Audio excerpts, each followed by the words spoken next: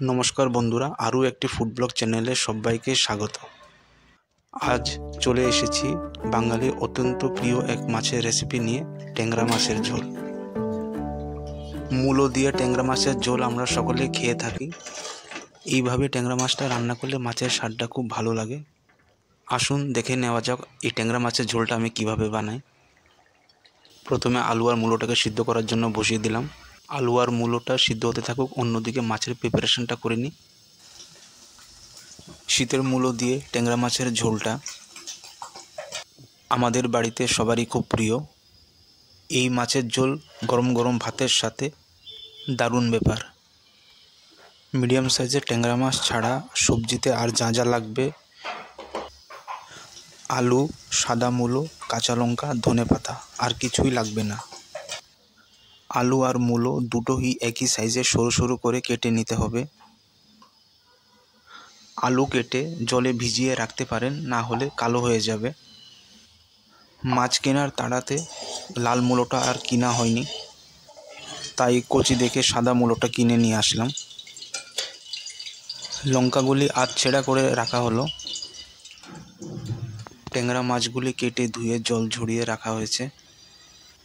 কেটে ধুয়ে 250 মতন টেংরা মাছ মিডিয়াম সাইজের রাখা হয়েছে। নুন হলুদ মাখিয়ে নিতে হবে। কড়াই ভালো করে গরম করে সরষের তেল দিয়ে ধোঁয়া ওঠা অবধি অপেক্ষা করতে হবে। এবার মাঝারি আছে মাছগুলো ভাগে ভাগে ভেজে নিতে হবে। মিডিয়াম সাইজের মাছ লাল করে ভাজতে হবে, না হলে মাছের আঁশের গন্ধটা থেকে যাবে। আর একটা জিনিস মনে রাখবেন, তেলটা ভালো করে গরম না হলে কিন্তু মাছটা কড়াইতে লেগে যাবে। মাছ ভাজার পর কতটা তেল বাকি আছে সেই পরিমাণ বুঝে প্রয়োজন পড়লে আর একটু তেল দিতে হবে। তেল গরম হলে এর মধ্যে মেথি সম্বাদ দিয়ে দেব। সিদ্ধ করে রাখা আলু আর মূলো একসাথে দিয়ে দেব। স্বাদ অনুসারে নুন দেব, 1 চামচ হলুদ দেব, 1 চামচ লাল লঙ্কার গুঁড়ো। 2-3 মিনিট সাঁতলে নেব। এরপর ঢাকা দিয়ে আরও 4 থেকে 5 মিনিট ভালো করে সাঁতলে নিতে হবে। টেংরা মাছ মূলো দিয়ে খুবই সাধারণ রান্না, তাই এর মধ্যে আর অন্য কোনো মশলা দেব না। খুব বেশি মশলা টেংরা মাছের সাথে মূলোর এই রেসিপির মধ্যে দিলে রেসিপির টেস্টটা একটু অন্যরকম হয়ে যাবে। সাঁতলানোর সময় আমি অল্প পরিমাণে একটু জল ব্যবহার করেছি, যাতে করে সিদ্ধর সাথে সাঁতলানোটাও ভালোভাবে হয়ে যাবে। মূলো আর আলুটা বেশি ভাজা ভাজা হয়ে গেলে এর গন্ধটা কিন্তু অন্যরকম হয়ে যাবে, তাই পরিমাণ মতনই ভাজতে হবে, সাঁতলাতে হবে। এবার ঝোলের জন্য জলটা দিয়ে দিতে হবে, চেখে দেখে নুনটা দিয়ে দিতে হবে পরিমাণ মতন।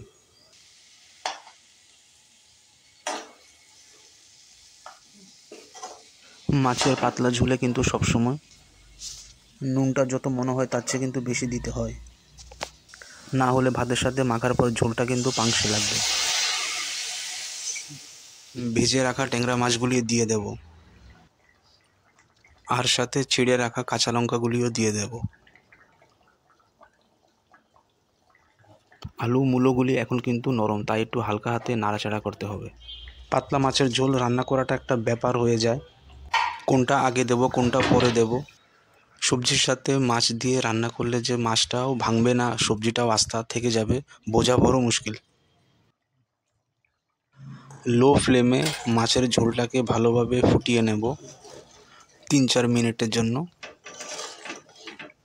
3-4 মিনিট পর এখন এর মধ্যে দিয়ে দেব কেটে রাখা ধনেপাতা।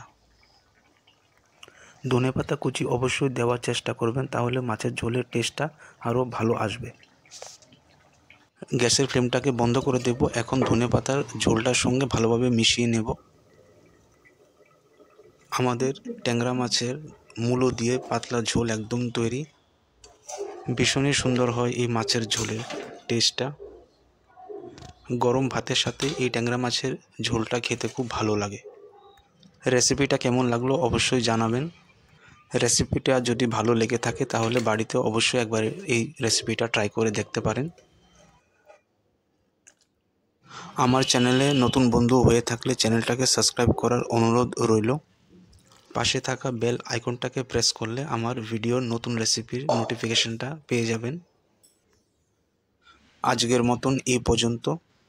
আবারও হাজির হয়ে যাব নতুন এক রেসিপি নিয়ে। ভালো থাকবেন, সুস্থ থাকবেন। ধন্যবাদ।